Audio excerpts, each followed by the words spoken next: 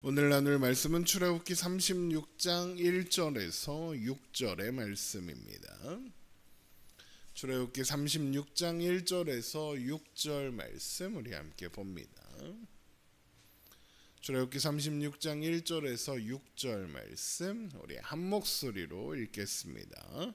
부살렐과 오홀리압과 및 마음이 지혜로운 사람 곧 여호와께서 지혜와 총명을 부으사 성소에 쓸 모든 일을 할 줄 알게 하신 자들은 모두 여호와께서 명령하신 대로 할 것이니라.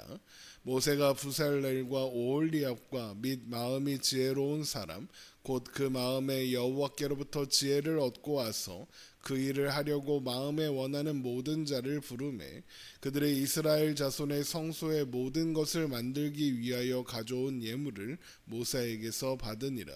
그러나 백성이 아침마다 자원하는 예물을 연하여 가져왔으므로 성소의 모든 일을 하는 지혜로운 자들이 각기 하는 일을 중지하고 와서 모세에게 말하여 이르되 백성이 너무 많이 가져오므로 여호와께서 명령하신 일에 쓰기에 남음이 있나이다. 모세가 명령을 내리매 그들이 진중에 공표하여 이르되 남녀를 막론하고 성소에 드릴 예물을 다시 만들지 말라 하매 백성이 가져오기를 그치니 있는 재료가 모든 일을 하기에 넉넉하여 남음이 있었더라. 아멘. 모세가 성막을 만들라고 하신 하나님의 명령을 전달하자 이스라엘 온 백성들이 기쁨으로 자원하여 필요한 모든 재료들을 가져왔습니다. 그런데 이것은 단순히 하나님을 향한 이스라엘 백성들의 헌신을 보여주는 것이 아니다라고 했죠. 오히려 하나님의 은혜와 사랑을 보여주는 것이라고 했습니다. 왜냐하면 이스라엘 백성들이 자원하는 마음, 기뻐하는 마음을 갖게 된 그 원인이 하나님께 있었기 때문입니다.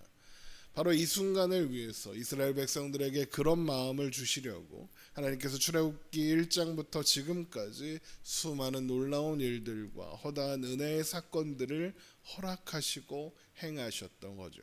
그리고 그 결과로 이스라엘 백성들이 기쁘고 자원하는 마음으로 성막 제작에 건축에 참여하게 되는 겁니다.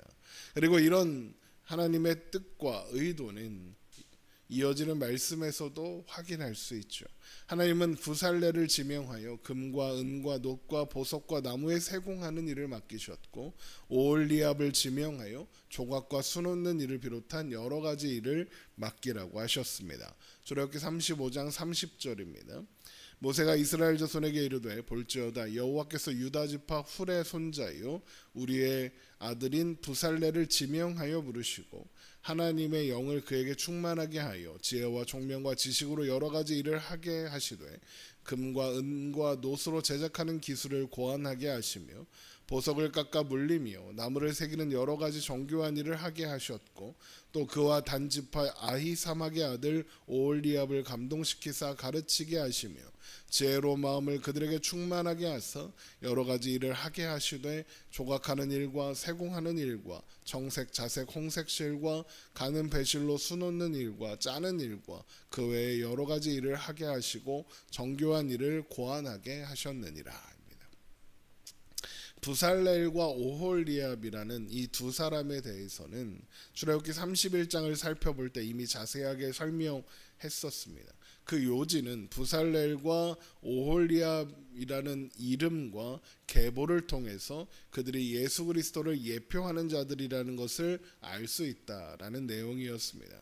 부살렐은 하나님의 그늘 아래 하나님의 품에 이런 뜻이었고 그의 아버지 우리는 이름입니다. 우리는 빛이라는 뜻이었고 그의 할아버지 훌은 자유를 의미한다고 했습니다. 그러니까 부살렐은 자유의 아들이고 빛의 아들인 것이죠. 그러면서 하나님의 그늘 아래 하나님의 품 안에 하나님의 보호 아래 있는 사람이라는 뜻이 됩니다. 그리고 바로 그런 분이 예수님이다라고 설명해 드렸죠. 오홀리압도 마찬가지입니다. 오홀리압은 아버지의 장막이라는 뜻이고 오홀리압의 아버지 아히사막은 의지할 형님이라는 뜻입니다. 이 땅 가운데 아버지의 장막을 치고 모든 믿는 자가 의지할 맏형이 되시는 분 예수 그리스도를 예표하는 것이죠.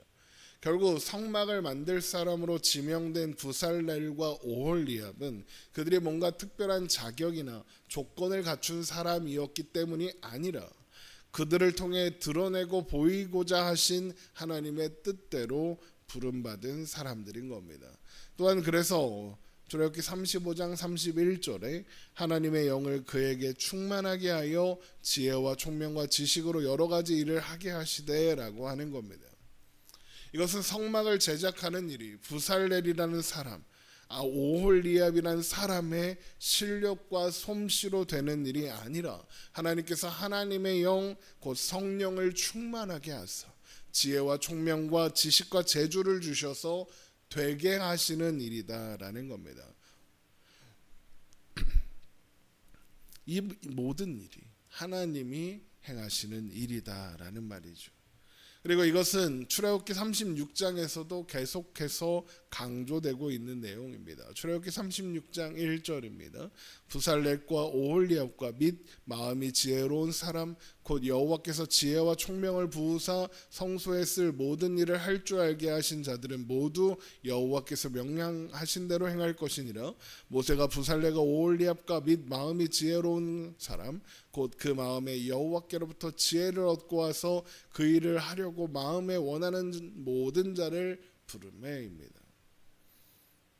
여호와께서 지혜와 총명을 부으사 성소에 쓸 모든 일을 할 줄 알게 하신 자들이 하나님께서 말씀하신 대로 모든 일을 할 것입니다. 거기에는 사람의 계획도 사람의 생각도 사람의 능력도 필요하지 않은 겁니다. 오직 하나님의 계획과 생각과 하나님의 능력만 있으면 되는 거죠. 한번 생각해 보십시오. 지금 광야를 걷고 있는 이제 성막을 만들어야 하는 이스라엘 백성들은 애굽의 신전들, 크고 거대하고 화려했던 애굽의 신전을 본 사람들입니다. 그런데 그런 애굽의 신들을 이기고 출애굽하여 지금 여기 있는 겁니다. 그리고 나서 그 모든 상황을 이기게 하신 하나님을 위한 성막을 만들라는 거죠. 그럼 어떻게 하고 싶겠습니까? 애굽의 신전보다 더 크고 웅장하고 화려하게, 더 아름답게, 더 영광스럽게 만들고 싶지 않겠습니까? 애굽의 신도 멋진 신상과 신전이 있는데 하나님을 위해서는 더 크고 더 멋지게 만들어야 한다고 생각할 겁니다. 그러면서도 그게 하나님을 위한 일이다, 하나님께 영광 돌리는 일이다, 하나님께 크게 영광 돌리는 일이다 라고 할 겁니다. 그런데 이것은 오늘날 많은 교회와 신자들이 오해하고 있는 내용입니다. 하나님을 위해서 더 크고 더 멋진 무언가를 하려고 합니다. 어떻게든 더 하나님을 잘 섬기고 하나님을 더 높이겠다고 합니다. 그러면서 뭐가 빠집니까? 하나님의 뜻이 없고 하나님의 말씀이 없습니다. 하나님은 거대한 신상을 원하지 않으십니다. 하나님은 거대한 성전도 원하지 않으십니다. 하나님은 인간에 의해서 더 높여지거나 좋아질 수 있는 분이 아닙니다. 하나님은 사람의 무엇을 필요로 하시는 분도 아닙니다. 하나님이 원하시는 것, 하나님이 우리에게 원하시는 것 오직 하나, 하나님을 아는 것이고 하나님을 바라보는 것이고 하나님을 믿는 것입니다. 하나님이 우리에게 원하시는 건 내 생각이 아니라 하나님의 말씀대로 하는 것입니다. 하나님의 말씀대로 하는 것이 가장 잘하는 것이고 가장 크게 하나님께 영광 돌리는 겁니다. 그래서 이미 성막을 짓기에 충분한 재료가 모였는데도 이스라엘 백성들이 아침마다 자원하는 예물을 계속해서 가져오니까 그만 가져와라 그러는 겁니다.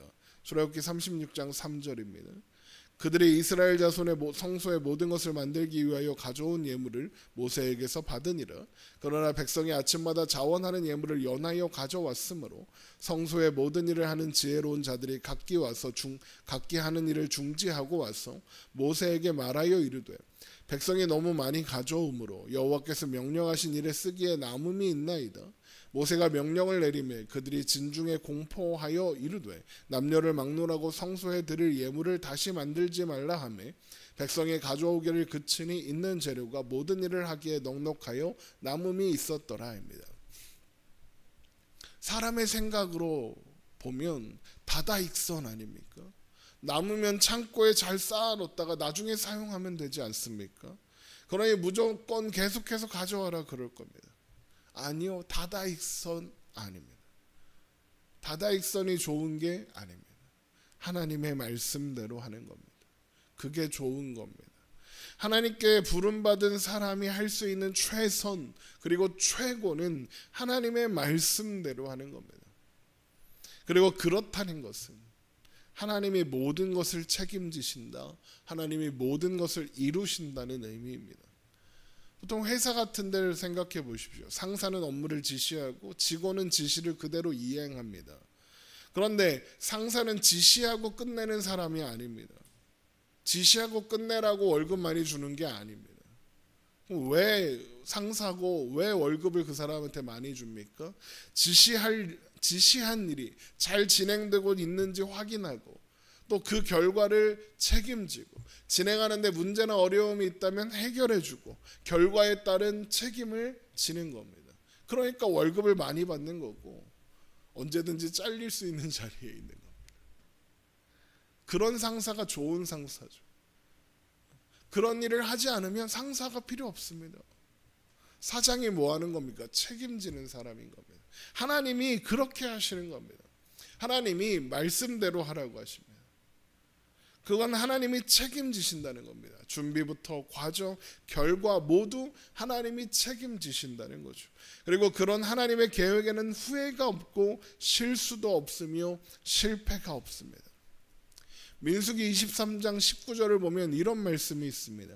하나님은 사람이 아니시니 거짓말을 하지 않으시고 인생이 아니시니 후회가 없으시도다. 어찌 그 말씀하신 바를 행하지 않으시며 하신 말씀을 실행하지 않으시려요. 그래서 사람은 아무것도 자랑할 수 없습니다. 누가 더 잘했다, 누가 더 수고했다 주장할 수 없습니다. 모두 하나님이 하셨기 때문입니다. 그래서 예레미야 9장 23절에 여호와께서 이와 같이 말씀하시되 지혜로운 자는 그의 지혜를 자랑하지 말라, 용사는 그의 용맹을 자랑하지 말라, 부자는 그의 부함을 자랑하지 말라 하면서 자랑하는 자는 이것으로 자랑할지니 곧 명철하여 나를 아는 것과 나 여호와는 사랑과 정의와 공의를 땅에 행하는 자인 줄 깨닫는 것이라. 나는 이 일을 기뻐하노라. 여호와의 말씀이니라. 하나님을 아는 것을 자랑하고 하나님을 자랑하라는 겁니다. 하나님께서 왜 사람에게, 우리에게 하나님의 말씀대로 살라, 하나님의 말씀을 알아라, 그 말씀을 따라라, 왜 그렇게 말씀하시겠습니까? 그것이 우리를 위한 최선이기 때문입니다. 하나님이 행하시는 대로 하나님의 말씀대로 해야 참된 행복과 참된 안식과 평안을 누릴 수 있기 때문입니다. 우리가 하나님 때문에 평안하고 하나님 때문에 즐겁고 하나님 때문에 기쁘고 행복한 삶을 사는 것, 그것이 하나님의 뜻이고 하나님의 목적이기 때문이죠. 오늘 사는 우리의 삶이 그래서 하나님의 말씀으로, 하나님을 아는 지식으로 채워지기를 소망합니다. 하나님의 말씀대로 하나님의 뜻이 이루어져 우리 삶에 감사와 기쁨이 넘치게 되기를 또한 소망합니다. 그래서 우리의 삶에 하나님을 자랑하는 소리가 넘쳐나기를 주님의 이름으로 축원합니다. 기도하겠습니다.